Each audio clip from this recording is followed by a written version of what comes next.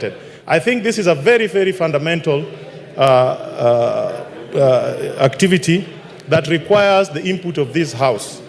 I think tax that is due is already public property, and any activity to waive it or to claim that it can be abandoned must have the input of this House. So I will be recommending, or rather I've already recommended certain amendments that will come to the floor of the House to recast this particular clause to see that any attempts to abandon tax are subject to approval of this House, as well as the requirements of Articles 201 and 210 of the Constitution of Kenya. Secondly, there is another provision in this particular bill talking about investment allowance for spectrum use. I believe this matter should be looked into detail because it also has retroactive effects on the tax that will be collected from the telecom companies. I believe there's a lot of work as Parliament we need to do on this matter to see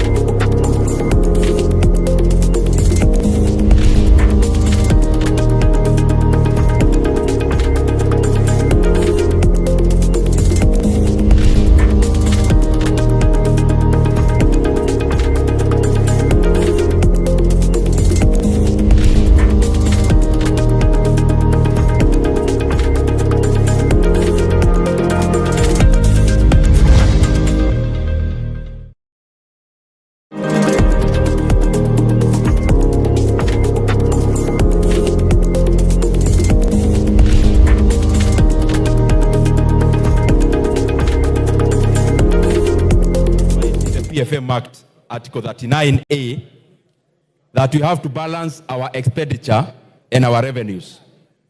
Honorable Speaker, I want to talk as the chairman of budget, and I actually want to talk as an indifferent party, that whatever may happen on the bill, the Budget and Appropriations Committee is prepared, Honorable Speaker. But from the onset, we want to laud Kenyans for their voices. This country belongs to Kenyans, and when they express themselves, they are doing precisely what the Constitution provides. I also want to laud all the Kenyan leaders, including our side of government and the other side, Honorable Speaker, because we are all geared to the welfare of the Kenyan people. Honorable Speaker, I have since, and I want members to, if possible, they can have this in their mind as we debate. I have since received a letter and communication from the National Treasury addressed to the clerk of the National Assembly, but I am copied as the chairperson of budget. Honorable Speaker, the Treasury is looking in all scenarios. Scenario number one, if the bill passes only with the amendments from the Finance Committee. Scenario number two is actually if the bill, the MPs in their wisdom decide that we shelve it. Honorable Speaker, if the status quo remains, that we pass the bill as proposed by the Honorable Kimani Kuria and the committee, the appropriations bill passes as it is, Honorable Speaker, as we did last week.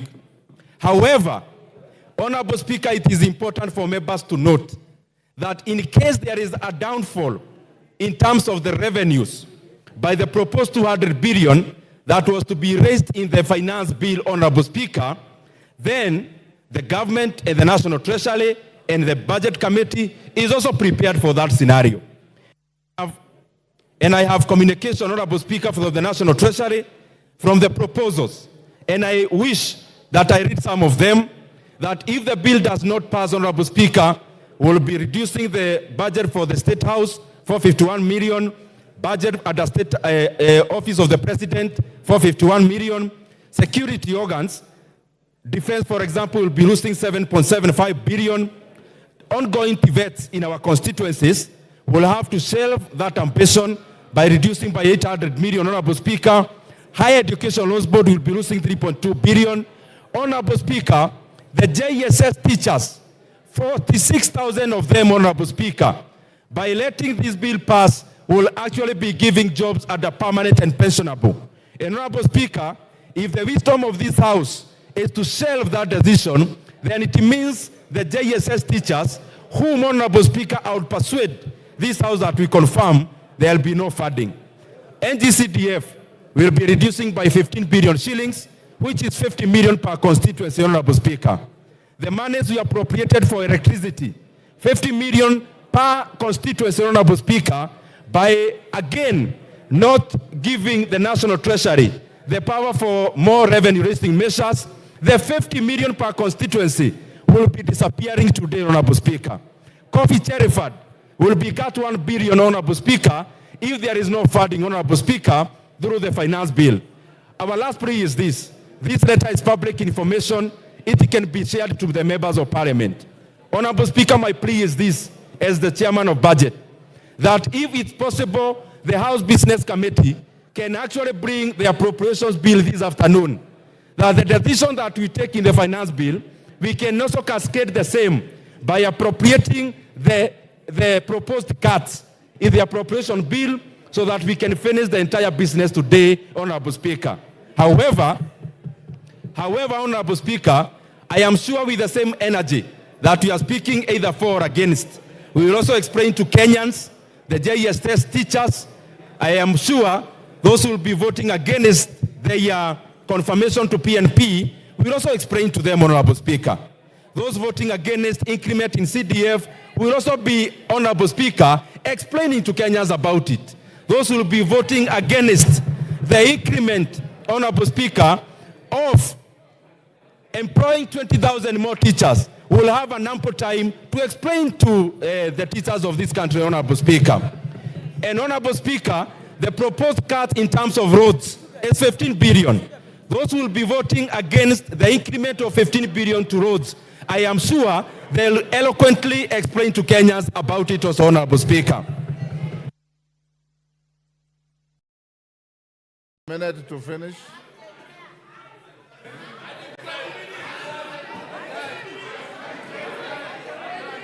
Order.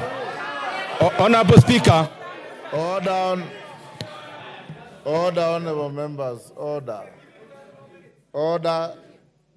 Give him 3 minutes and wind up. Honorable Speaker, I want to be very objective. Honorable Speaker, these are the proposed cuts in case there is no revenue-raising measures as proposed by Honorable Kimani Kuria. Honorable Speaker, number one, as I said, I want to be very clear. State House has been cut money 500 million. Office of the President, another 500 million. Security like defense is 7.75 billion cuts. Honorable Speaker, the same. We have already promised our JSS teachers that the 46,000 of them will be employed and on permanent and pensionable. Honorable Speaker, if we don't give the National Treasury the power for revenue-raising measures, it means the people will be voting against the confirmation of the 46,000 interns. Will have ample time to explain to them how they voted against them getting permanent jobs, Honorable Speaker. Honorable Speaker, the reduction in NGCDF is 15 billion shillings. That is a small figure, Honorable Speaker, because I can see members are saying 50 million is not much. In Kiharo, it's a lot of money, Honorable Speaker, that every constituency will be cut 50 million shillings starting July, Honorable Speaker. GAF, we just added them 500 million. Honorable Speaker, the proposal is to reverse the 500 million and also to reduce further by an extra 1 billion, Honorable Speaker. The monies we appropriated for electricity, 50 million per constituency, Honorable Speaker. I hope those who will be voting against electrification in our villages will have time to explain to Kenyans why they are voting against electricity in our rural areas, Honorable Speaker. Honorable Speaker, there is a proposed reduction. Order. Honorable Commissioner Mishi, I know you differently. Order. Order, honorable members. Order. Order, honorable members on both sides of the House. Order. Order. Honorable members on both sides of the House. In the tradition of Parliament, if you approve of something, you thumb your feet. You don't wail and shout as if you are in a rally. This is not a rally. This is a House of Parliament. Dindi, can you wind up? Honorable Speaker, the other thing is that there is a proposed reduction of 1 billion shillings in livestock restocking. From our side, we believe those who lost their livestock deserve to be compensated. Those who will vote against 1 billion that is going to livestock restocking will explain to our pastoralist, Honorable Speaker. Honorable Speaker, also, the monies proposed for reduction for school feeding program is 1.8 billion. On our side, we believe the 1.8 billion is needed to feed the children of this country as they go to our schools, Honorable Speaker. Honorable Speaker, the political parties, we can all agree in unison. We are proposing a cut of 900 million. I know that is not contentious. We can agree to cut it this afternoon, Honorable Speaker, because we are also prepared for it. Honorable Speaker, there is a proposed cut of 5.5 billion shillings for cash transfer. Our parents who registered last year deserve to get their cash transfer. Order, time up. Betsimba. Order. Asante sana Rosa mheshimiwa. Buyu, you have already spoken on this bill. You have no business doing what you are doing. Asante sana mheshimiwa Spika kunipa fursa na mimi niweze kuzungumzia kuhusu mswada huu wa fedha. Mimi nimesimama kuupinga mswada huu. Na kitu nitasema hapa, viongozi muheshimu malalamishi ama matakwa ya wananchi. Muisikize vilio vya wananchi. Kuongeza ushuru wa mafuta kutapandisha kila bidhaa ambayo inahusiana na mafuta. Kwa hivyo hii ni shughuli ambayo haifai kwa sababu gharama za maisha zitakuwa juu. Kuweka ushuru kwa bidhaa zinazotoka ng'ambo zitamrudia tena mwananchi, kwa sababu bidhaa zinazotengenezwa hapa nchini bado haziwezi kukimu mahitaji yetu, mpaka tutachukua tena kutoka kule zile za ng'ambo, ambazo zitaleta shida zaidi. Kwanza tutengeneze viwanja vyetu kabla tujaweka ushuru huo. Na kuhusu kwamba fedha zitatoka wapi, wapunguze matumizi katika ofisi za serikali. Wanaweka pesa nyingi kuhudumia wageni wakija. Kama mgeni amekuja, mpe maji ya kunywe, na kama ni lazima akae paka mchana, mpe kidheri, mwambie hiyo ndio chakula chetu cha kitamaduni, sio kukula makuku na madino kwa gharama za wananchi. Mnaleta paka tu katika sehemu zenu. Kupandisha bei ya mikate, mwananchi wa kawaida ni bidhaa ambayo inatumika kwa kila boma. Kila boma asubuhi na jioni natumia mikate. Wewe unaenda kuongeza ushuru wa mkate. Na mkifanya hivyo tutakunywa chai na mgoka kama ndio mnataka hivyo. Kwa hivyo Mheshimiwa Spika, ni kwamba serikali ipunguze ile matumizi ambayo wao wanafanya. Wapunguze safari wanazokwenda nje. Waende mahali ikiwa ni muhimu na ni watu wawili pekee yake, hapana kwenda watu 30 alafu mnasema wananchi waongeze ushuru na huku mmechukua ndege nzima mnaenda nayo huko nje. Mnakwenda mahoteli, mnazungumza ambao mikutano mnaweza fanya katika boardroom zenu. Hiyo ndio sio ni matatizo. Kwa hivyo mimi nasema kwamba ushuru ama hii mswada wa fedha uangushwe huu, kwa sababu wananchi wameusoma. Msione wale watoto wale vijana wameandamana, walisoma kwa sababu huu mswada uko katika mitandao, wanajua kila kipengee kile kilichoko pale. Mnaongeza matairi, mnaongeza vyombo ambavyo vitapima saratani. Munaongeza bidhaa ambazo za x-ray ambao tayari matibabu ni gharama, na saizi munaongeza tena. Itakuwa zaidi, watu wanaumia, watoto wanajinyonga huko kwa sababu ya depression ambao ziko nazo. Kwa hivyo Mheshimiwa Spika, nimesimama kupinga mswada huu. Asante sana. Mwengi Mutuse.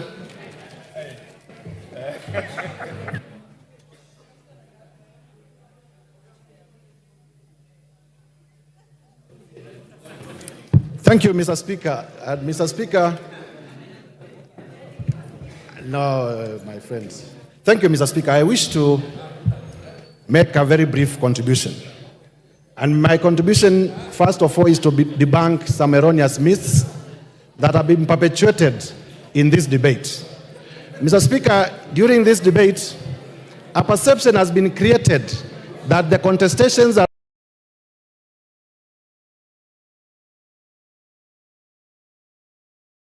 around the finance bill have only happened after President William Ruto became president. Nothing can be far from the truth. Mr. Speaker, those of us who are students of history know that taxation began 3,000 years before Christ. actually in the ancient kingdom of Egypt. And even at that time, taxation was contentious. It has also been said before this House during the government of Kenyatta I, during the government of President Moi, during the government of President Kibaki, during the government of Kenyatta II, and even now, the finance bill has been an annual event, and it has never been a smooth sail. But something different has happened this year, Mr. Speaker.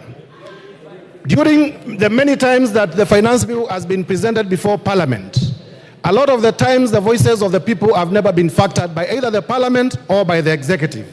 But for the first time in history, the voices of the people have been heard and have been factored in the report that was presented before this House by the Finance Committee. One of the principles of good governance is responsiveness. Responsiveness to the wishes of the people. And I want to laud the Finance Committee for being responsive to the wishes of the people of Kenya. Mr. Speaker, politics is a very interesting game. On Tuesday, and if we may be heard in silence, Mr. Speaker, on Tuesday, after we finished our parliamentary group, I had a very jovial discussion with some of my friends who are on the other side. I had very jovial discussions with some of my friends who are on the other side, and they were saying, why have you removed everything that you wanted to rely on in the finance bill to do politics? And I asked them, but you complained about these things, and you have been heard and they have been removed. And they told me, you know, the work of opposition is to oppose. And now that you have pulled the carpet under our feet, we must find something new to hang on. I am saying this so that Kenyans know that the opposition to the finance bill is majorly inspired by politics. It may not be inspired by the content. Lastly, Mr. Speaker, as a lawyer, I want to say, and this would have been ably articulated if I may get 1 minute, that the issues that have been complained of have already been overtaken by events. They are actually otious. Finally, what is the effect of rejecting the finance bill? The effect of rejecting the finance bill is to resort back to the finance bill of Joseph Oyula.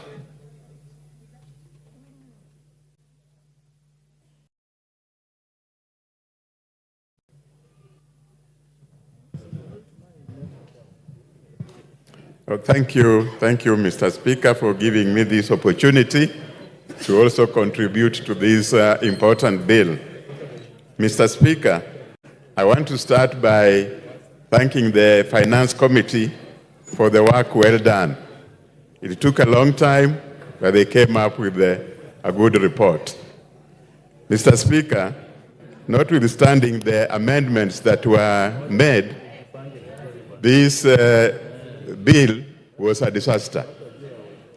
This bill is assuming that the Kenyans' tax rate should move to a higher rate regime, which is not comfortable for this country at all. Mr. Speaker, we should not take ourselves to a higher tax regime, which is going to cause stress to our business community and the individuals. The country needs to move slowly towards a higher tax regime. If the country is moved very fast, Mr. Speaker, then we will not balance our budget. Mr. Speaker, we need to make sure that the revenue is raised, yes, but also the tax rate is comfortable to the community of this country.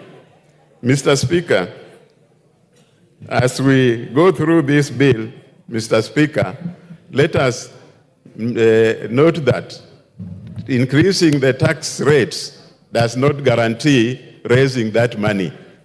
It has happened in the bill for 2023. We never made it. The chances are that during this period, we may also not make it. So the Treasury should not come up with such a disastrous proposal in the tax rates. It is for this reason, Mr. Speaker, that we are rejecting this bill, and I would want the Treasury to take it back and come up with a bill that is balanced, a bill that will ensure the country is raising revenue, and a bill that will ensure the people of Kenya are not stressed. This is very important because if we raise the tax and we don't get that money, it will not help the country at all. Thank you, Mr. Speaker.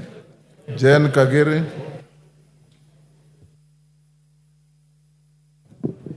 Thank you, Honorable Speaker, for giving me an opportunity to contribute to this very important bill. Honorable Speaker, allow me to start by congratulating the Finance Committee for listening to Kenyans and honoring their request on the deletion of the taxes that they felt that were punitive on them. Honorable Speaker, I would want to contribute on the clause on the introduction of eco-levy on sanitary towels and diapers. Honorable Speaker, I speak as the chairperson of the 47 women representatives. And recently, Honorable Speaker, we had the opportunity of enacting the Education Act of 2016, where we ensured that every student from class 5 to class 8, girls receive their sanitary towels. Honorable Speaker, out of the 47 counties, only 4 local manufacturers were given the opportunity to supply these sanitary towels. Honorable Speaker, this prominent house has been treated to a lot of drama and truthful stories of the situation we find ourselves with sanitary towels. Allow me, Honorable Speaker, to state that this levy has been introduced so that we encourage our local production and our local manufacturers, Honorable Speaker. I hear some members say that we will have low supply because we don't have enough manufacturers. Honorable Speaker, I have had conversations with our manufacturers who are able to produce enough sanitary towels for us. Honorable Speaker, a visit to the supermarkets made me learn that sanitary towels that are locally manufactured are cheaper than those that are imported. Honorable Speaker, we cannot allow importers to continue making unscrupulous profits on Kenyans here, yet they pay no excise on their products, and the local manufacturers have to pay VAT on their raw materials. Honorable Speaker, I stand to support this bill, and I stand to support the eco-levy be charged on sanitary towels and diapers to ensure that we grow our local manufacturers. A local manufacturer told me he used to have 600 employees. He has reduced them to 100 because of idle capacity. Honorable Speaker, it is our time to stop speaking from both sides of our mouths. If we want to create employment, we cannot be the defenders of importers. Anybody who wants to import can come set up their industry locally, and that way we are going to give them all the business that they need. And if they lack a place to go and establish their industries, I'm gladly welcoming them to Laikipia County, where they can come and set up a manufacturing industry, and we will not charge them any duty as long as they are producing diapers and sanitary towels locally within our country. Honorable Speaker, allow me to conclude by saying, Honorable Speaker, allow me to conclude by saying, I'm speaking as a user of sanitary towels, as well as a mother to a toddler who uses diapers. So, Honorable Speaker, anybody telling us about imported sanitary towels, they range from the price of 75 shillings to around 175 shillings. Locally produced sanitary towels are ranging between 55 shillings and 75 shillings. Andon Oluoch. Thank you, Honorable Speaker. From the very onset, allow me to say that I rise to oppose this bill. Honorable Speaker, the Finance Bill 2024-2025 has redefined our public discourse on things that affect us, especially on the question of how, when, what, and where to tax the people of Kenya. I want to take this opportunity to thank our Generation Z because they have reminded us of what is stated under Article 2 and how we, as this legislative house, the executive and judiciary, arrive at the positions in which we arrive. Honorable Speaker, this generation in their public discourse on the question of the finance bill has reminded us that the sovereign power actually belongs to them. All this power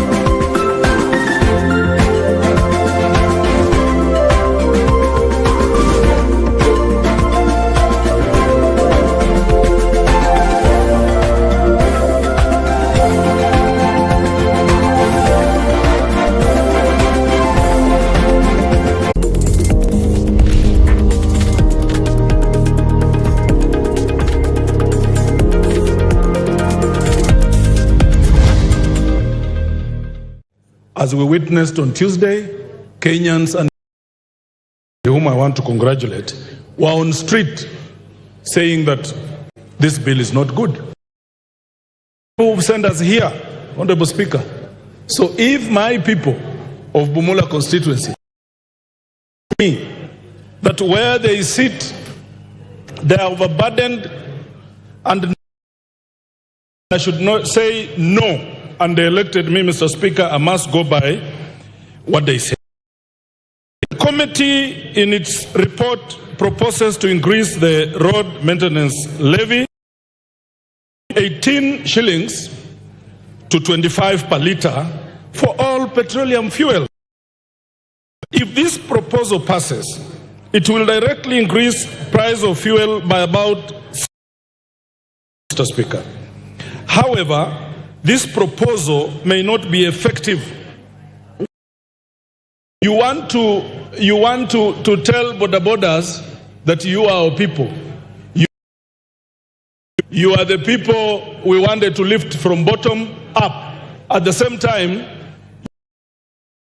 to buy the same fuel at a higher price. How are they going to manage? And I want to committee that when people are overburdened, they cannot afford this tax. Must review the 2023-24 finance bill, and you realize that you wanted, because it's too expensive for ordinary Kenyans. So you will still not hit your target. You are overburdening these people. Mr. Speaker, our constitution,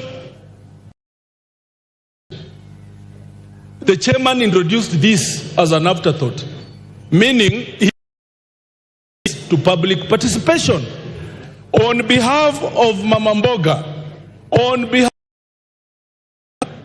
behalf of people who cannot afford their living. Mr. Speaker, we say no. Thank you, Honorable Speaker. I oppose. Member for Molo. Sorry.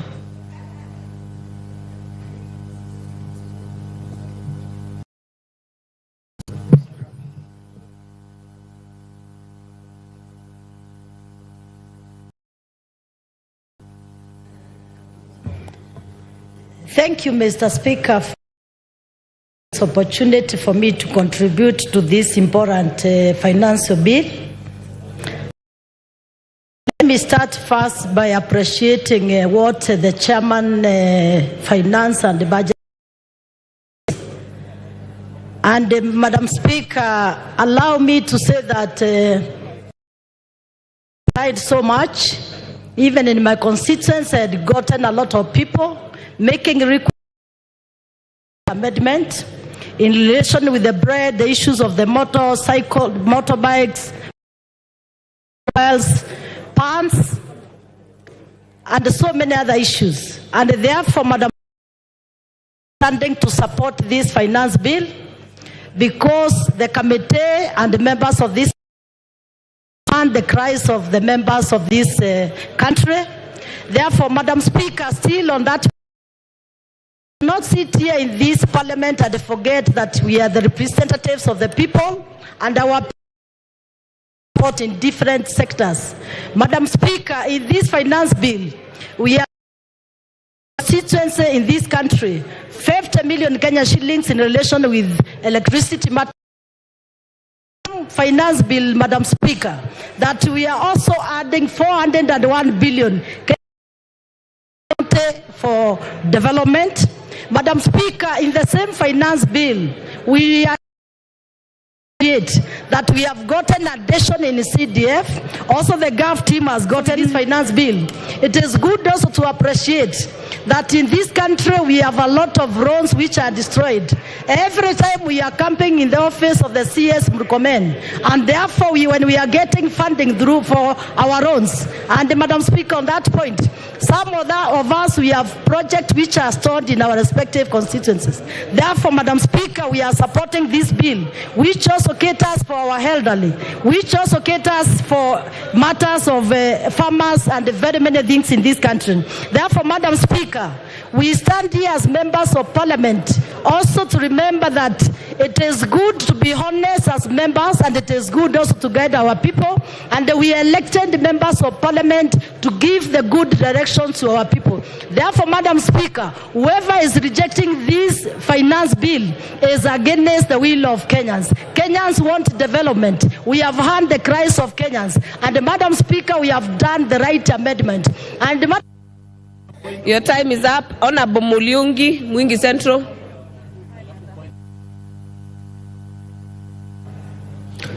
Thank you, Madam Speaker. Madam Speaker, I am directed by the people of Mwingi Central and the youth in general to reject this bill. Madam Speaker, I therefore rise to oppose. Madam Speaker, this bill is not only punitive, but retrogressive. Madam Speaker, the amendments were meant to hoodwink Kenyans because in the first instance, why didn't you put tax on bread? Why didn't you put tax on diapers? Why did you put tax on cooking oil? These are essentials. Why did you put tax on M-Pesa? Why did you put tax on border?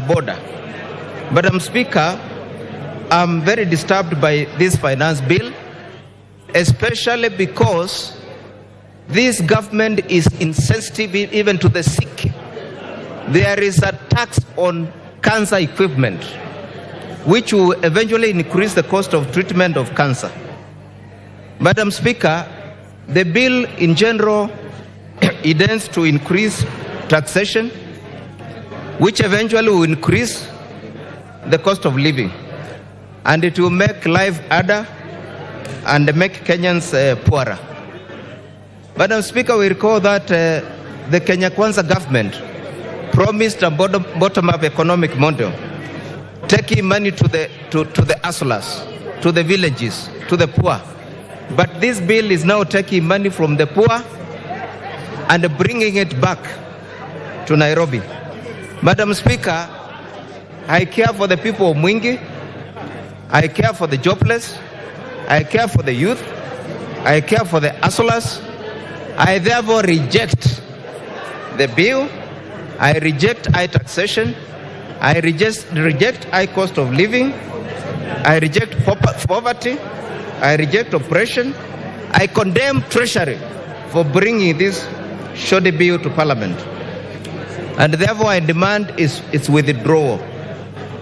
Madam Speaker, I oppose archaic, punitive, outrageous, and careless finance bills in the future. I say no to this finance bill. I say no to oppression. I say no to unfair taxation. I say no to poverty. I reject the finance bill. I reject. Thank you, Madam Speaker. Member for Butere, Honorable Tindi. Asante sana madam. Asante sana Bi Speaker kwa kunipea nafasi. Jambo la kwanza nataka niseme nimesimama kwa kupinga mswada huu wa fedha mwaka wa 2024. Bi Speaker, vile unajua Wakenya wanahangaika, gharama ya maisha iko juu, na serikali ambayo iko kwa mamlaka ilitafuta kura na mamlaka ikiambia Wakenya ya kwamba watashukisha ushuru, wakasema ya kwamba wataweka pesa mfukoni, watatengeneza kazi na watafanya maisha ikue mema kwa ule Mkenya wa kawaida. Kwa hivyo hii mswada wa fedha unaongeza ushuru ambayo ni kinyume na vile walieleza Wakenya. Hii mswada unaongeza gharama kwa ubebaji wa miwa kutoka kwa shamba ikienda katika kiwanda, na hiyo itadhuru bei ya mkulima kupata ile faida kutoka kwa miwa. Pia tuko na kipengele ambacho kinaongea kuhusu maneno ya kuongeza bei kwa vifaa vya kufanya utafiti katika ugonjwa wa saratani. Kwa hivyo mimi kama mjumbe wa Butere, Bi Speaker, mimi napinga mswada huu wa fedha 2024 na nasema ya kwamba wenzangu ambao wako kwa serikali watimize ile ahadi ambayo waliambia Wakenya. Tunataka tuone mama mboga akifaidika katika serikali, tunataka kuona bodaboda akifaidika, tunataka kuona mtu wa chini ambaye ni hasla akifaidika, tunataka tuone viwanda zikiwanawiri, sio kuweka ushuru mingi katika viwanda. Kwa hivyo, Speaker, mimi kama mjumbe wa Butere nataka niende katika rekodi ya kwamba nimepinga mswada huu, na najua Wakenya wengi wako na sisi tutapiga kupinga mswada wa 2024. Asanteni sana. Member for Sigor Lochakapong. Yeah, thank you, Honorable Speaker. Now I rise to support this Finance Bill 2024.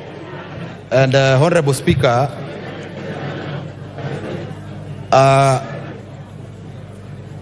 arising out of the report of the Finance and Planning Committee that has considered the recommendations through public participations of stakeholders, that is Kenyans, and proposed a raft of amendments to the Finance Bill, Honorable Speaker, I will want to support based on that.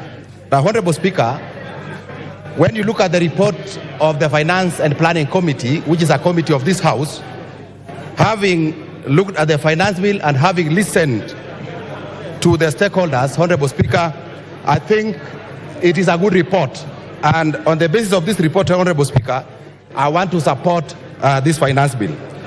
Now, Honorable Speaker, it will also be dishonest for those opposing this report and this bill that they are only looking at the Finance Bill as proposed and not looking at the report of the committee that has looked at this Finance Bill. Honorable Speaker, now arising out of the engagement from public participation and the stakeholders, Honorable Speaker, now the committee has proposed a raft of amendments to the bill, which has taken into account the wishes and the thinking of the majority of Kenyans. Now, Honorable Speaker, I think it will also be important to inform the Gen Zs that they need to be updated because they are on the streets based on the original bill and not taking into account what the committee has recommended for amendment. Now, Honorable Speaker, when you look at the committee's report, there is a proposal to increase the excise duty on money transfer services, which has since been dropped by the committee. Now, motor vehicle tax of 2.5%, Honorable Speaker, has been dropped. 16% VAT on financial services has also been dropped by the committee in their recommendation. And I think, Honorable Speaker, this is a good thing. Now, Honorable Speaker, from the report of this committee, now, KRA, they have dropped the KRA to access personal data, and that has been dropped. 16% VAT on solar has also been dropped. Now 16% VAT on ordinary bread has also been dropped. So I think it is good to tell the country that that is what has happened. Now, Honorable Speaker, there is a proposal in the budget of 1 billion shillings for livestock. Has also been dropped. So I think it is good to tell the country that that is what has happened. Now, Honorable Speaker, there is a proposal in the budget of 1 billion shillings for livestock. Member for Migori, Honorable Fatuma.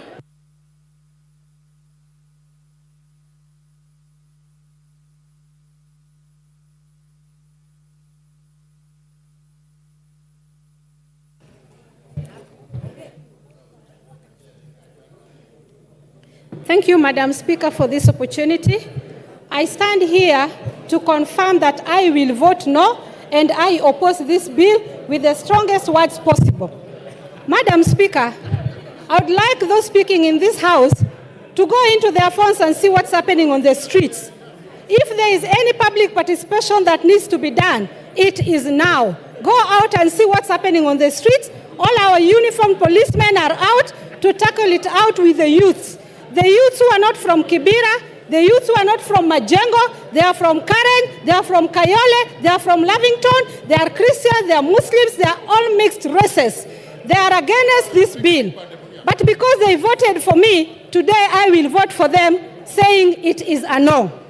Madam Speaker, there is a problem with the youth getting jobs in this country. And the majority of them are now depending on social media to make some pennies for them to feed their family. As we say that we have lowered the cost of bread, may I tell you, bread will not be affordable at all for these youths, because the smartphones that they use to do TikTok and any other small business that can give them funds, they have put a levy on it of about 225 shillings on top of the price that is already there. We know very well that we don't have smartphones here manufactured into better quality that they can use for their business. Madam Speaker, we are hurting the hustlers that we promised to help. They have created their own jobs for themselves, and we are still following them up where they are to hurt them more. Madam Speaker, we know that electricity is very expensive in this country, and more so, it's even irregular. You get electricity 1 hour, 2 hours, it is gone. Madam Speaker, we have put an extra levy on the basic solar system batteries, meaning that if you can't get Kenya Power, sorry, you cannot get solar. What else are we trying to tell Kenyans? What are we telling investors? That go to hell. And I am telling you, Madam Speaker, since this government came into power, we have 30 companies that have closed down, including my favorite son's company called Cadbury that makes Cadbury chocolates. Soon you won't be able to get them at all because the company has closed. And other more like Procter & Gamble, Rickett & Banker, Colgate Palmolive, Cadbury, even Rubber. I can go on up to 30. Unfortunately, we brag here and say that we are creating jobs. May I tell you, the sanitary pads that we are bragging here that we have put levy on imported ones. I want you to know that all these women in this house, plus your daughters and sons, fellow men, they know that these sanitary pads that are being put on tax here, in other countries they're given. Member for Mandera South, Honorable Abdul Haro.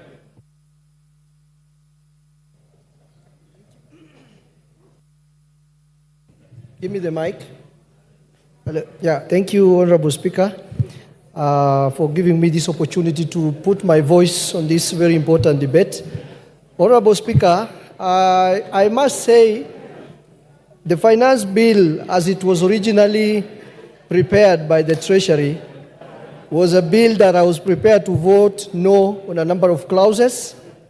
But thanks to the Finance Committee, which has listened to stakeholders and has come up with a raft of proposals that are recommending to amend the finance bill as it was originally mentioned.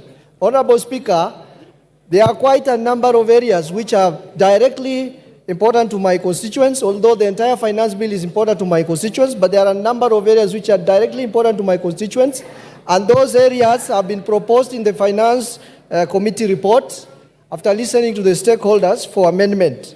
Particularly, the 16% VAT on bread is very important to my constituents, and I'm happy it has been dropped.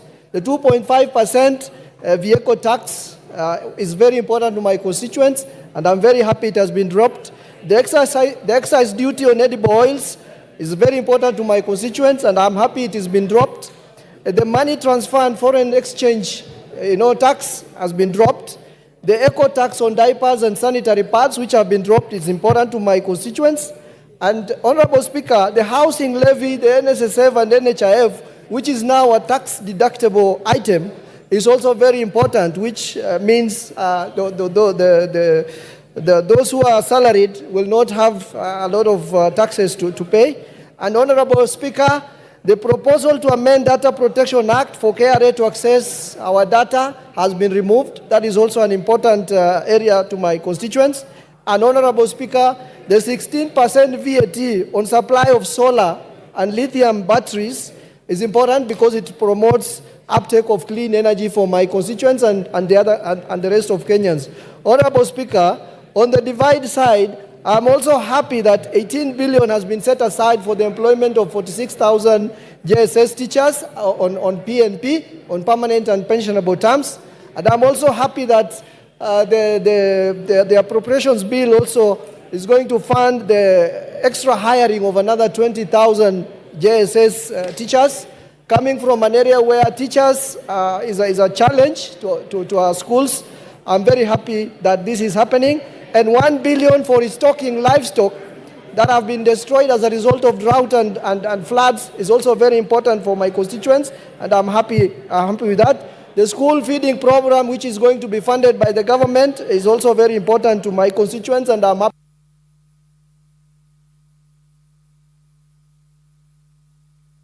Your time is up. Member for Westlands.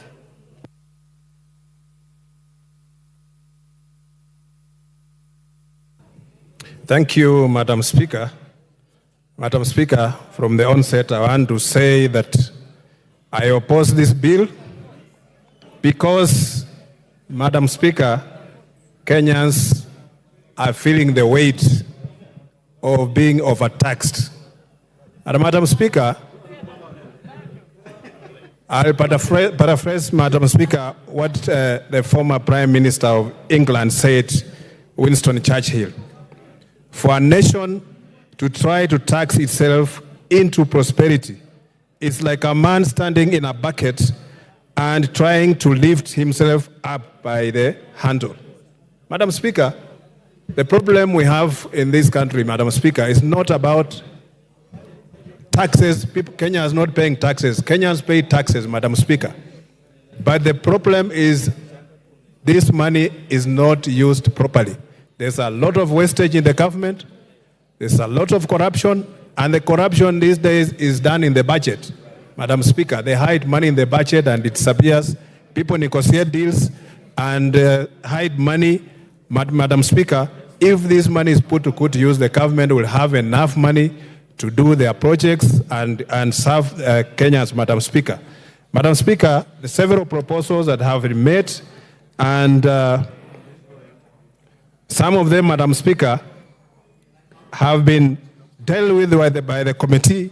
But Madam Speaker, this we must bring to the amendment when it comes to the House, Madam Speaker, because this bill does not address an equitable and inclusive fiscal policy that fosters sustainable development, Madam Speaker.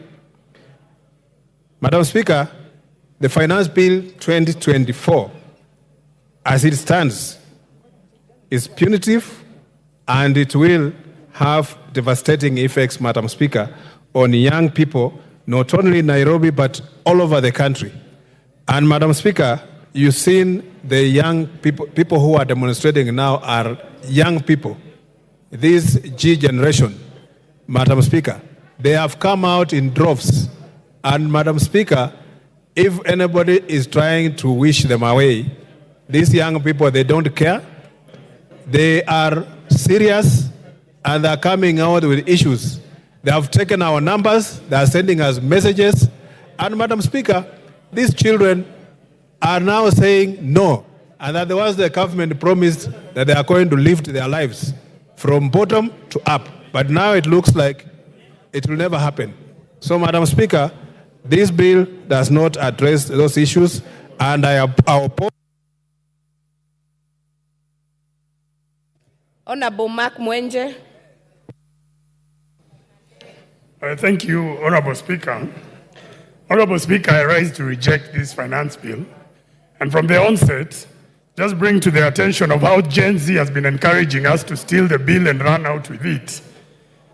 And we've hoped that the Speaker will communicate that the process doesn't work that way. Honorable Speaker, the finance bill has a lot of grievances, whether it's tax, motor vehicle tax, whether it's bread tax. We're exempting VAT from transfer of businesses. Makes me wonder whose business is this that wants to be acquired, and so many other taxes. Honorable Speaker, you go to the report, it has retained excise duty on motorcycles, it has retained also on data, and we're talking of digital hubs. Gambling, there is a tax that has been increased, both VAT and excise duty. This will mean there's a black market, and more importantly, will also lead to less collection, as we saw last year. The target was 31 billion, we've only collected 26 billion. We should learn from what has happened with capital gains tax. We increased it last year, this year it's been reduced. Why? Because we collected less.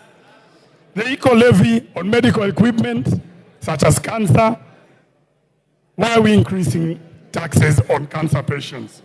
Imports, we're an importing nation.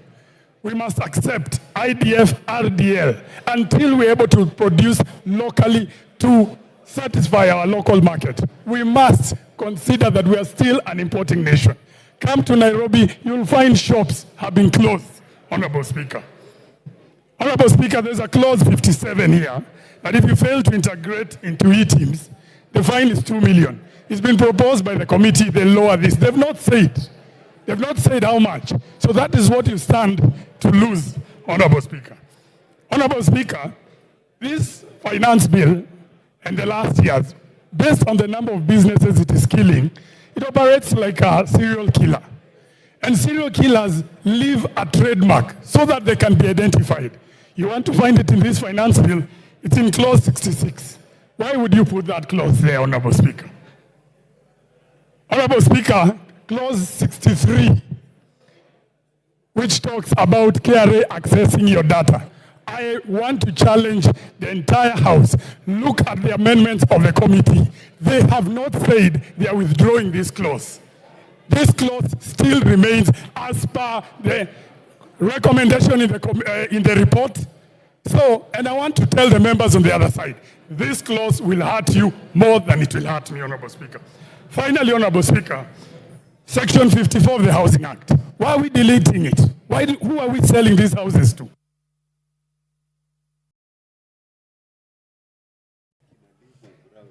Honorable Ngelechei.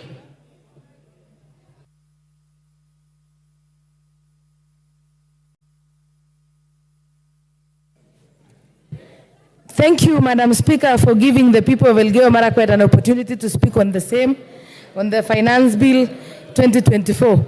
Madam Speaker, first of all, before I say something, at times it is very dishonest or very ignorant for members of Parliament who would want to celebrate the increase in CDF, NGAF, and get other funding for maybe electricity, water, without telling Kenyans where the money is supposed to come from. Again, Madam Speaker, I think there is a misconception there in the public, especially the Generation Z. They don't understand that the finance bill is there to enable the budget, for the budget to be implemented. We cannot purport to implement the budget without without actually knowing where to get the money from, Madam Speaker. It is, I want to say, for the Generation Z to get jobs, we need to impose tax on imported goods so that we encourage our local manufacturers, Madam Speaker, to be able to produce and employ these youth, Madam Speaker. This tax will ensure that the JSS teachers get employed, Madam Speaker. We also, recently we saw the intern doctors demonstrating, Madam Speaker, and the government could not raise funds to facilitate and pay them, Madam Speaker. The only way that this can be realized is, Madam Speaker, by ensuring that we get tax and we get levies from Wananchi, Madam Speaker. Madam Speaker, there is also a misconception on so much. I am a farmer and I come from Elgeyo Marakwet where people farm. Tax on imported potatoes, eggs, avocados from outside. I think I support, Madam Speaker, because we also need our farmers to produce and sell their produce, Madam Speaker, in the local market. But then, Madam Speaker, if we waive the tax from eggs that are imported from outside, potatoes, they always flood our market from our neighboring countries. And our farmer is going to lose it big time, Madam Speaker. Madam Speaker, somebody called Benjamin Franklin said, in this world, nothing can be said to be certain except death and taxes. For a country to run, Madam Speaker, and I want to pity the current government, Mr. Speaker, sir, because when it borrows, there is complaint and public outcry that we are over borrowing. Again, when it tries to get the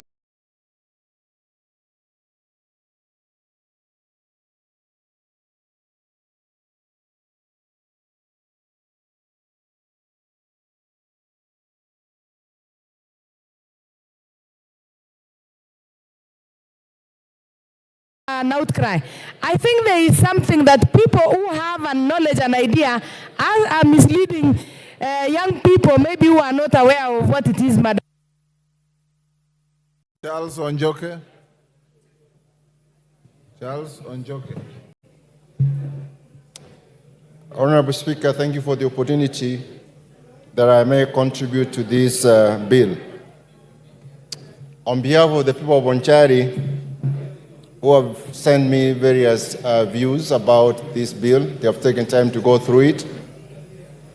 Some of the issues they say are as follows: that there's wanton wastage of government public funds. If that were to be stemmed, then we can have a better economy and a better bill.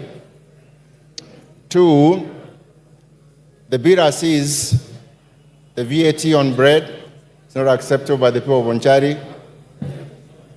The tax on motor vehicles, and most of the taxes seem to be dampening the economy. We would have to see a situation where the taxes promote the growth of our economy.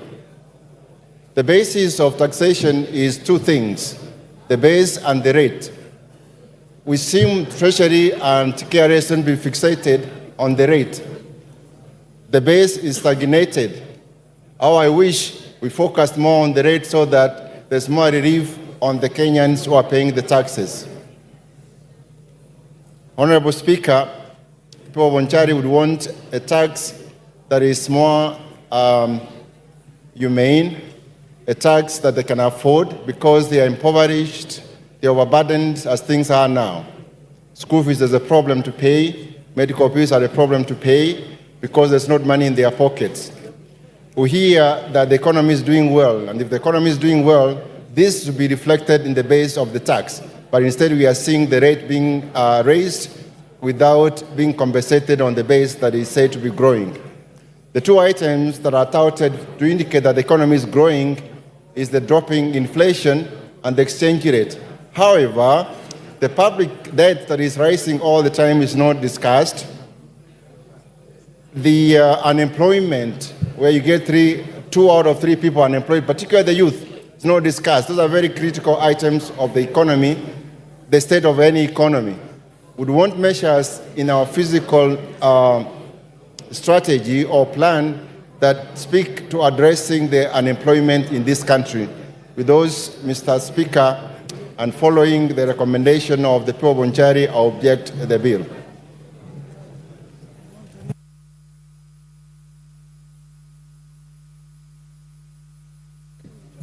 Ronald Karauri.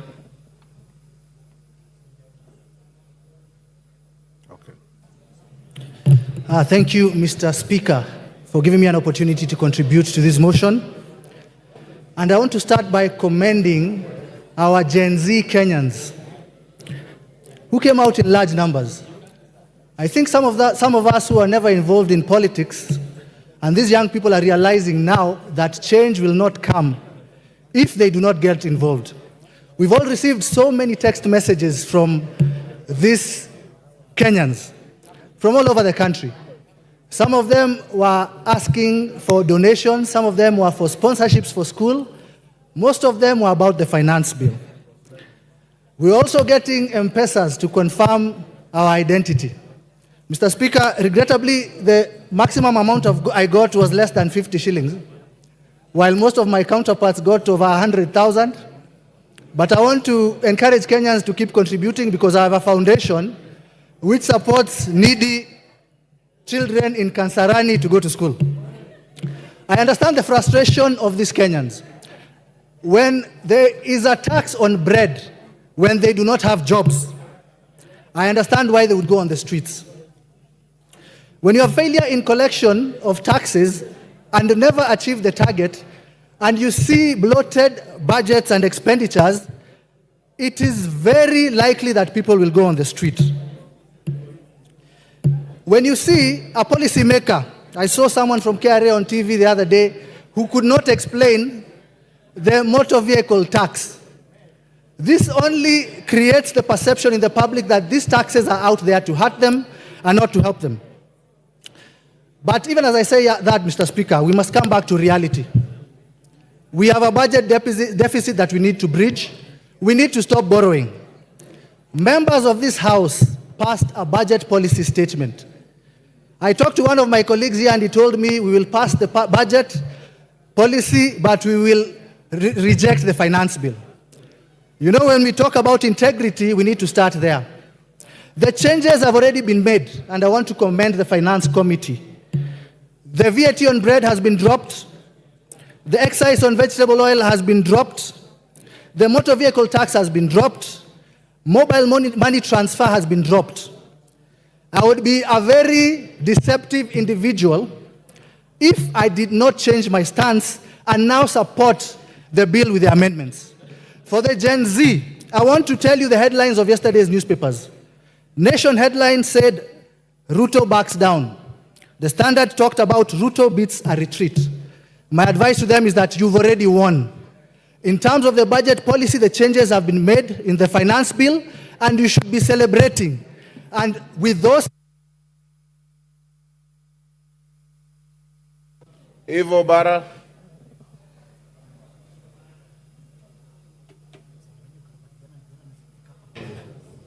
Thank you very much, Mr. Speaker, for giving me the opportunity to also add my voice to the debate. Mr. Speaker, on behalf of the people of Kabondo Kasipul and all those concerned Kenyans who have sent me their messages, I want to reject the bill. Mr. Speaker, I listened to the chair of budget, Mr. Ndindi Nyoro, when he gave a raft of areas of budget cuts in case we do not approve this budget. Mr. Speaker, as we explain to the people on why the budget cuts, he may also need to explain to the people on how much was raised from the taxes, raised taxes. He may need to explain on the loans, foreign loans and the local loans that have been borrowed. We may need to explain the housing levy receipts. He may need also to explain to us how much has been disbursed for the Hustler Fund, as we also explain on why we are recommending the cuts. Mr. Speaker, I've also had a lot of talk on the Generation Z. Mr. Speaker, it is not about, I think they have missed the point. It is not about the paper. It is not about the bill that we are discussing. Mr. Speaker, I believe this is a reaction to the frustration of the people of Kenya on the high cost of living. Mr. Speaker, it's an act of frustration on the loss of jobs and also the drastic reduction of their disposable income from the taxes. Mr. Speaker, we need to give them hope. Going back to the discussion of today, Mr. Speaker, on the budget and on the finance bill, I have noted that the committee met a lot of industry players, and many of them, if we are honest, rejected the bill with reasons. Mr. Speaker, the committee has attempted to make amendments which we have seen, but I believe it is not enough because I can still see a budget gap of 76 billion. Mr. Speaker, the recommendations that they have given to bridge this gap may not be sufficient and may have a ripple effect on the people of Kenya, because increasing the cost of the fuel maintenance levy will only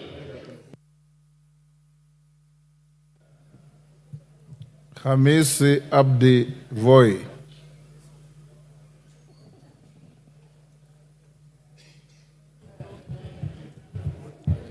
Asante sana Mheshimiwa Spika. Nasimama kutoa mchango wangu kwa mswada huu wa fedha wa mwaka 2024. Kwanza kabisa nasema kama mwakilishi wa watu wa Voi, nimepata ujumbe mingi ambazo zinanihimiza, zinanisindikiza nisiunge mkono mswada huu, na mimi nakubaliana nayo, na sababu za msingi ni kuwa mswada wenyewe ulivyotengezwa tangu awali si mzuri kwa uchumi, kwa wananchi, wawekezaji na kwa nchi kwa jumla, na nimeona nia na lengo ya kuhadaa wananchi, kwa sababu yale yaliyokuwa yakiuma sana tumeambiwa yataondolewa, lakini sababu za msingi za kuuliza kwa nini ilikuwa hapo kwa mwanzo. Na nichukue tu nafasi niseme, vijana wetu wameongea, wamejitokeza, na inahuzunisha, inafedhesha kuona kuwa maafisa wa polisi wamewafuata, wamewaghadhibu, wamewasumbua wakati wao wanaenda kulingana na katiba, hasa article ya 37 ambayo inawaruhusu wao kuweza kukutana, kuandamana na kupeana pia petition. Na ingekuwa uzuri kwa nchi hii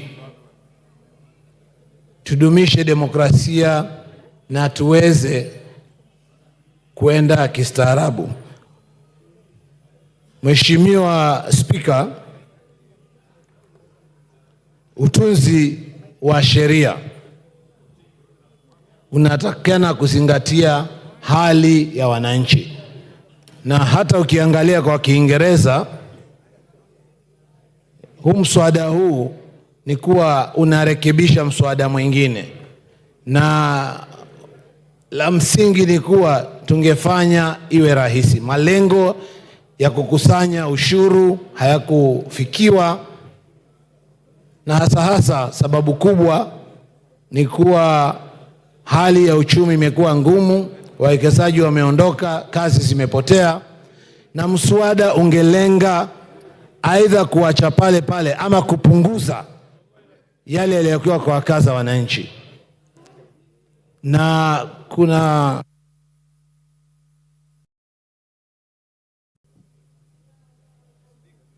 time up. Lisa Chelule.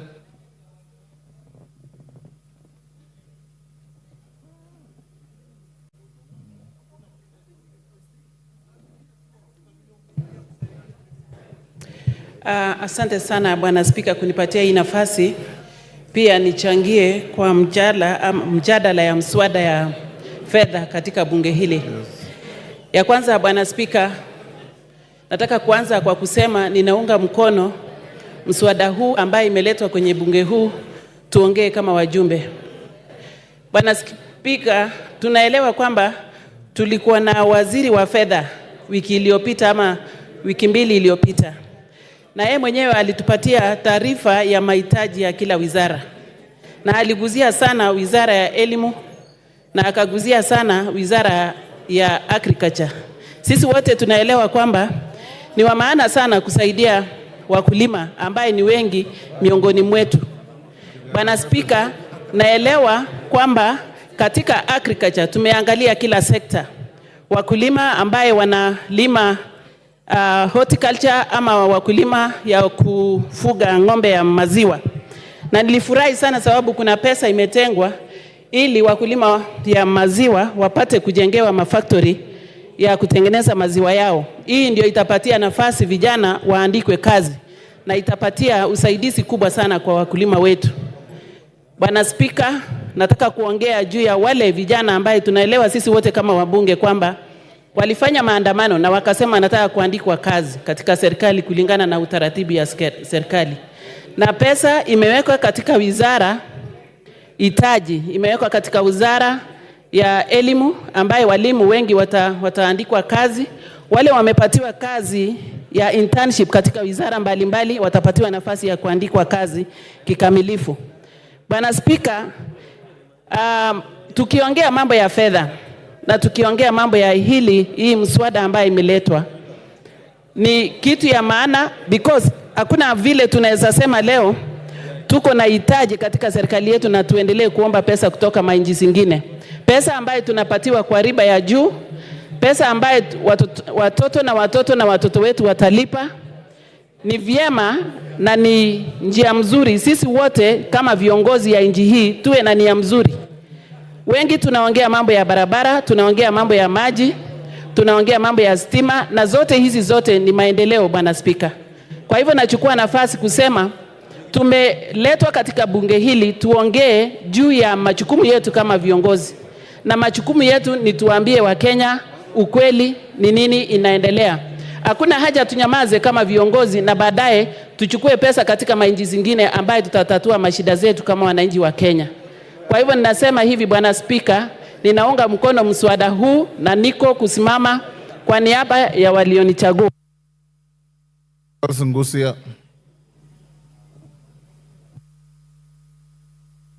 Finally, Mr. Speaker, thank you for this opportunity just to add my voice on this matter, which has been the most controversial finance bill in Kenyan history, Mr. Speaker.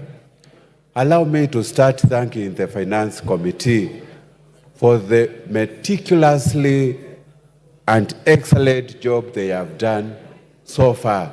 Because, Mr. Speaker, based on the circumstances, the 18 things they have dropped in this finance bill is not easy. This is a thing that could have actually caused what we call economic earthquake or economic crisis in our country, Mr. Speaker. I am thanking them because they have dropped the following proposals. One is motor vehicle tax, excise duty on telephone, internet and mobile banking, 16% VAT on solar, on supply of solar, and eco levy actually on some of the few items, and even the proposal to levy the capital gains on the transfer of the property. However, Mr. Speaker, based on all these 18 issues they addressed to the Kenyans, I still feel the mood in the country, and even what we call the Finance Act of 2023, Kenyans have not recovered on all these issues, Mr. Speaker. And based on what I have been instructed by my voters, based on what Kenyans are doing at the moment, even now, going all over the street, I want to oppose this finance bill on that issue. Mr. Speaker, I think we can actually do a lot of things. And the reason why I'm opposing the finance bill, number one, is a proposal to increase the import declaration fee at a rate from 2.5% to 3%. And we know Kenya is a net importer on so many issues. Actually, 60% of what we consume in this country is imported. It means we are going to have a multiplier effect in this economy. The other issue, Mr. Speaker, was the increase on duty for gaming and betting, and nobody has spoken about this issue. Increasing it from 12.5% to 20%, Mr. Speaker, this is the only fund we are relying to take the sportsmen and other people to compete in international competition like the Olympics Games we are going to witness in France next month, Mr. Speaker. It's going to... Thank you, Nguna.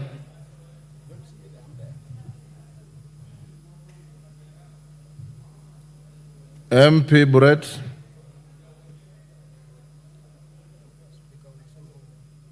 MP Buret.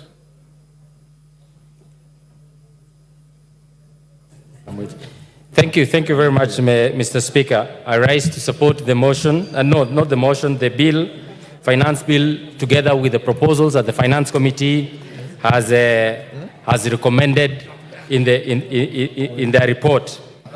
Mr. Speaker, we must come to an agreement as a House that we cannot propose one thing and do another thing.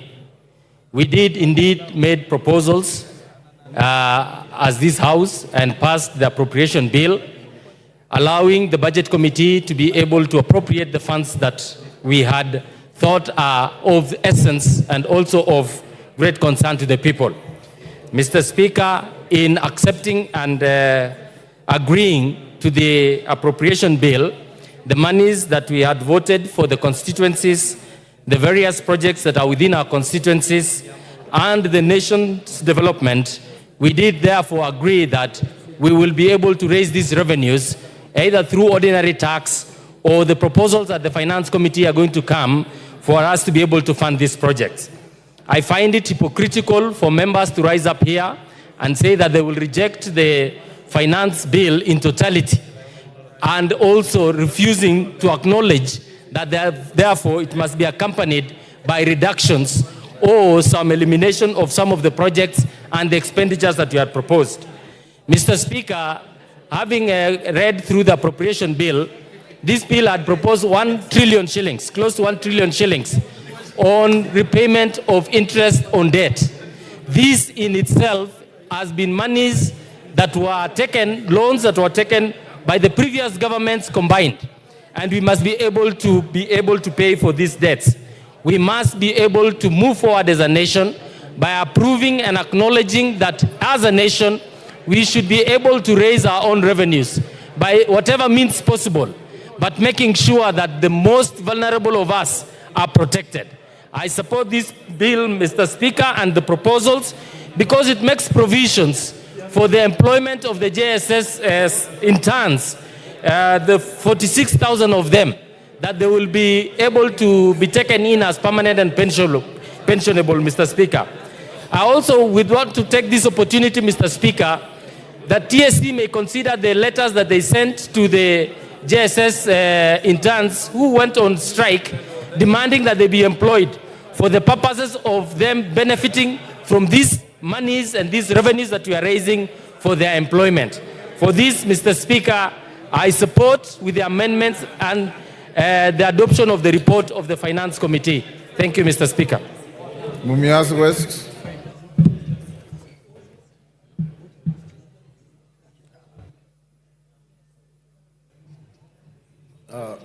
Thank you, Mr. Speaker.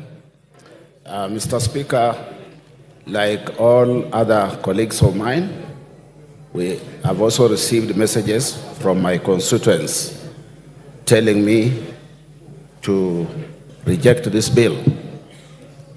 Mr. Speaker, on the outset, the bill as it is, I reject it because it carries a lot of things which are not affordable to ordinary Kenyans. However, Mr. Speaker, I can see that the Committee of Finance did public participation and so many industries contributed to this. And there are reports, there are amendments that were suggested, which are, some of them are definitely positive. And we cannot shut our eyes on this type of issue. Because, Mr. Speaker, if the amendments come as they are proposed, then some of us will have to, I will have to support. There is this 16% on bread. If it's going to be dropped as suggested, then I have no issue with it. This transportation of sugar cane, if it is amended and dropped, my people will be happy about it. There's also VAT on financial services and foreign exchange and foreign trips, whereby you have issues with the passports if you are going to look for a job outside. Has also been considered for amendment, amendments which will take place together with the amendments that we are going to receive. And Honorable Speaker, they have also dropped 2.5% of motor vehicle tax. And if that happens, we have no problem, Honorable Speaker. Honorable Speaker, there's also this issue of employing junior secondary school teachers. This money if it is available, we'll have no problem with that tax. And also vegetable oil tax. If the amendment is removing it, we have no issues, Honorable Speaker. I therefore wish to say that we are waiting for the amendments to come and we effect it. Thank you, Honorable Speaker. Kiarao.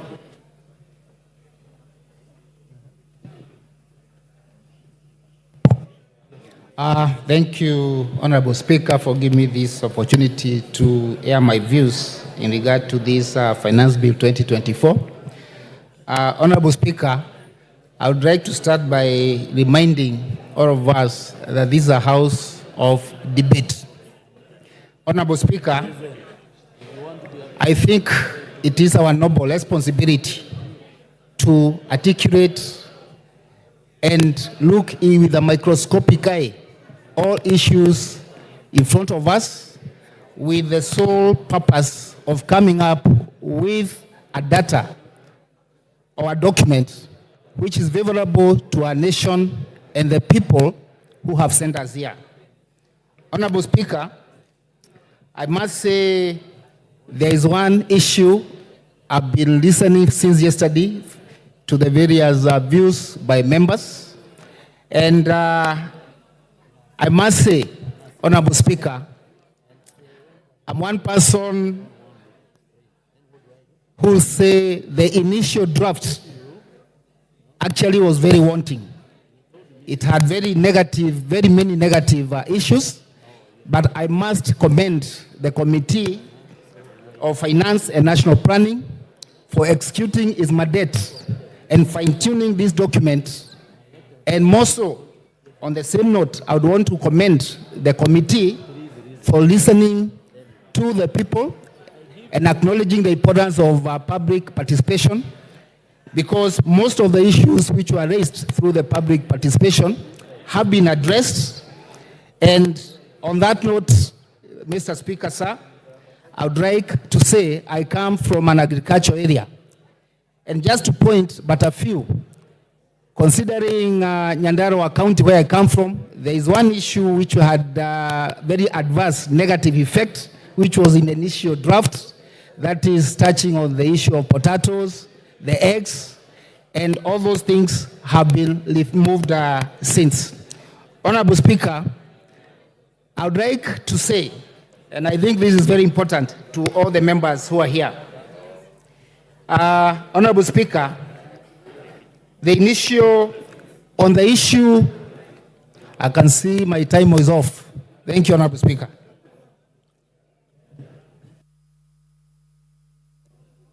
Kilifi Women Rep. Women Rep Kilifi. Kama hayuko, oh.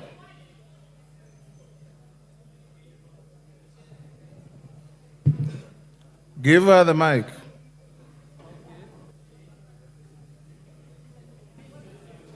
Asante Mheshimiwa Spika. Mheshimiwa Spika, nizungumze kupinga mjadala huu wa fedha. Mheshimiwa Spika, kuelezea bunge hili kuwa pesa za bajeti zinaweza kupatikana tu kwa njia tatu: kutoza kodi wananchi, kuendea mikopo nje, au kupunguza bajeti ile ambayo imepangwa. Mheshimiwa Spika, ukiona wale wananchi kule nje wanaandamana, ni kwa sababu ya kutozwa kodi.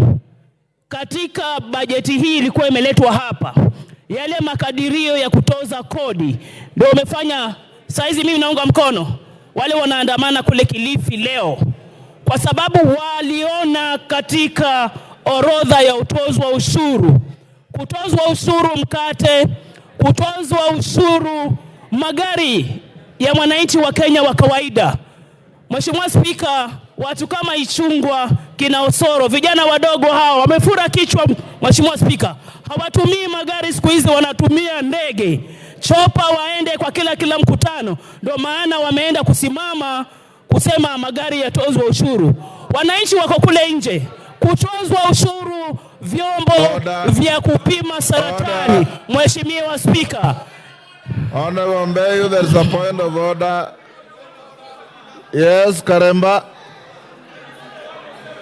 Order.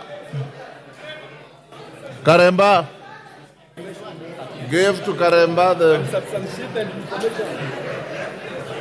Honorable Speaker, I want to rise on a standing order number 107, but F. Niulize, I want to ask whether the honorable member is in order to refer to the Honorable Soro and his colleague as having big-handed. I think that is very unparliamentary, and she should withdraw those remarks. Honorable Mbeyu, I was consulting with a member, I didn't hear. If you say that, you are out of order and you withdraw those unkind remarks to your colleagues. Mheshimiwa Spika, sijajua amesema nini, lakini nitampa mfano tu. Nasema hawa wameweka kodi ya magari ya mwananchi wa kawaida kwa sababu saa hizi tunawaona wakitembea na ndege wakienda mikutano, na huu ni ukweli. Niko na ushahidi Mheshimiwa Spika. Wiki 2 zilizopita Mheshimiwa Ichung'wah alishuka port na ndege. Niko na picha kwa simu yangu. Kwa hivyo hawezi kuweka kodi ya magari. Yes, ya pili Mheshimiwa Spika. Kagombe, order. Honorable Kagombe. Mupe Kagombe. Mr. Speaker, I rise on standing order number 107. And Mr. Speaker, we are creating a very bad precedent where you make a ruling on someone to withdraw a statement and they proceed to make contributions to this House as if you have not made a ruling.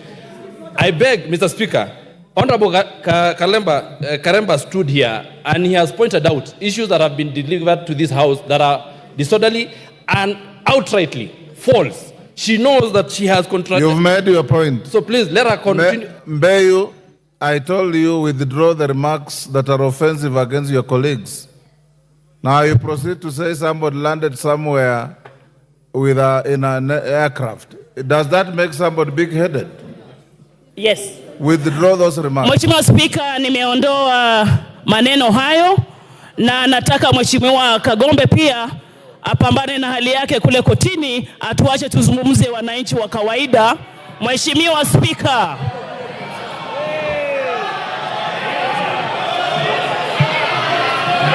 Order. Mheshimiwa Spika, nizungumze. Order. Order.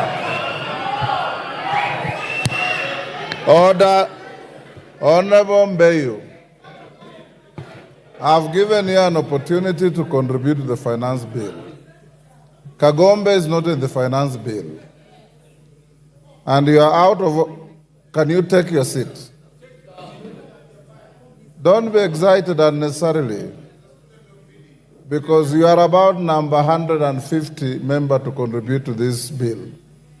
And you've been sitting here seeing how members who are even more senior than yourself have been conducting themselves. Don't excite the House, don't get excited, contribute on the bill. Asante Mheshimiwa Spika, tukiona katika ile bajeti watu wakiandamana, vyombo vya kupima saratani katika hospitali yetu vinaenda kutozwa kodi. Yale mambo ambayo yaliwekwa katika bajeti hii, katika mswada huu ndio nayazungumzia. Wakituambia ati wametoa. Na tujaona amendment Mheshimiwa Spika. Lazima tuione leo hii kuwa imerekebishwa ndio wananchi wetu waweze kukubali.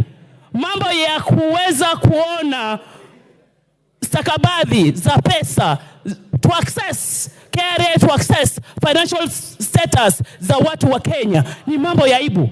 Watu wako na haki ya pesa zao na kuwa siri. Mheshimiwa Spika, mkate, mafuta, mtozo ushuru ni aibu. Kamati ya bajeti, kamati ya finance. Member for Lamu East.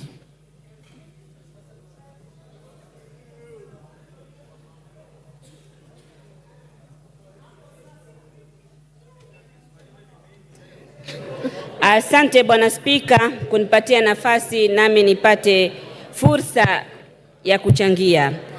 naunga mkono mswada huu wa fedha.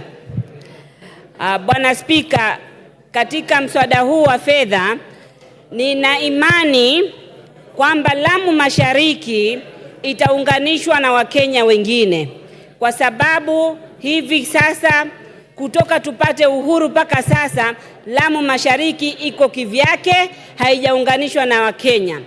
Lamu Mashariki tunajua constituency yote, eneo bunge lote, hakuna hata inchi moja ya lami, hakuna hata inchi moja ya grid ya kitaifa. Pesa zikipatikana, watu wangu wa Lamu Mashariki wataunganishwa na Wakenya wengine. Tunajua kuunganishwa eneo bunge na eneo bunge lingine inaunganishwa na mtandao wa barabara, inaunganishwa na grid ya kitaifa. Sisi kwetu bado hatujapata grid ya kitaifa na wala barabara. Kama Wakenya na sisi Lamu Mashariki tumekuwa tukitoa ushuru na sehemu zingine maeneo bunge mengine yameendelea. Sasa basi tuendelee kutoa ushuru, tena tuendelee kutoa ushuru sana, na sisi Lamu Mashariki na sisi tupate haya maendeleo. Kwa hivyo kwa sababu hizo mimi naunga mkono kwa dhati, nikiwa na imani ya serikali hii kwamba ndio itatuunganisha sisi na Wakenya wengine. Bwana Spika, lazima tuwe wavumilivu na tufikirie Wakenya wengine.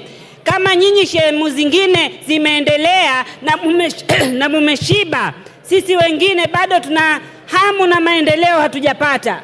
Kwa hivyo kama nyinyi mko matown, muna barabara kila pahali, muna stima kila pahali, nyinyi mumeshiba. Kule kwetu tunasema wale wanaoshiba samli wanatoa miba. Sisi tuna njaa bado kwetu ya maendeleo, hatuna maendeleo. Kwa hivyo hatuwezi kupinga pesa ipatikane. Toeni ushuru, acheni mchezo. Kuna watu kule wengine wanaumia. Ushuru ndio kuendelea kwa nchi. Sisi tunavumilia. Kama mimi Lamu Mashariki siwezi kwetu haiwezekani interns wale walofuzu kwa walimu kufanya kazi kwetu, kwa sababu gharama za usafiri ni ghali kuliko salary. Lakini tumekubali walipwe ili Wakenya wengine waendelee. Sisi kwetu lazima waandikwe walimu, na walimu wale wanaandikwa permanent and pensionable ndio wanaweza kwenda kufanya kazi Lamu Mashariki. Kwa hivyo nataka hii pesa, shule zetu zingine hazijaona walimu kama chemistry teacher kutoka shule zijengwe. Sasa hii ndio serikali hii ina hope tupate walimu na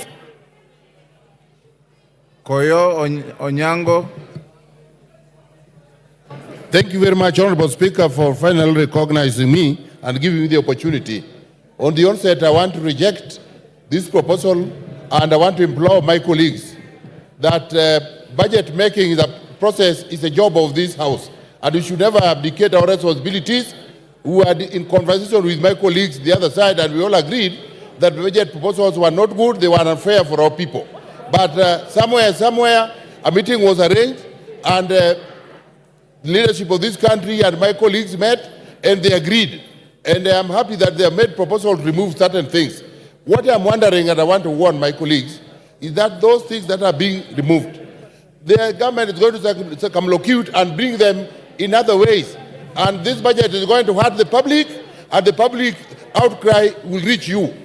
I want to say so because I have not seen, they have not been pointed where the changes are going, where the money is going to come.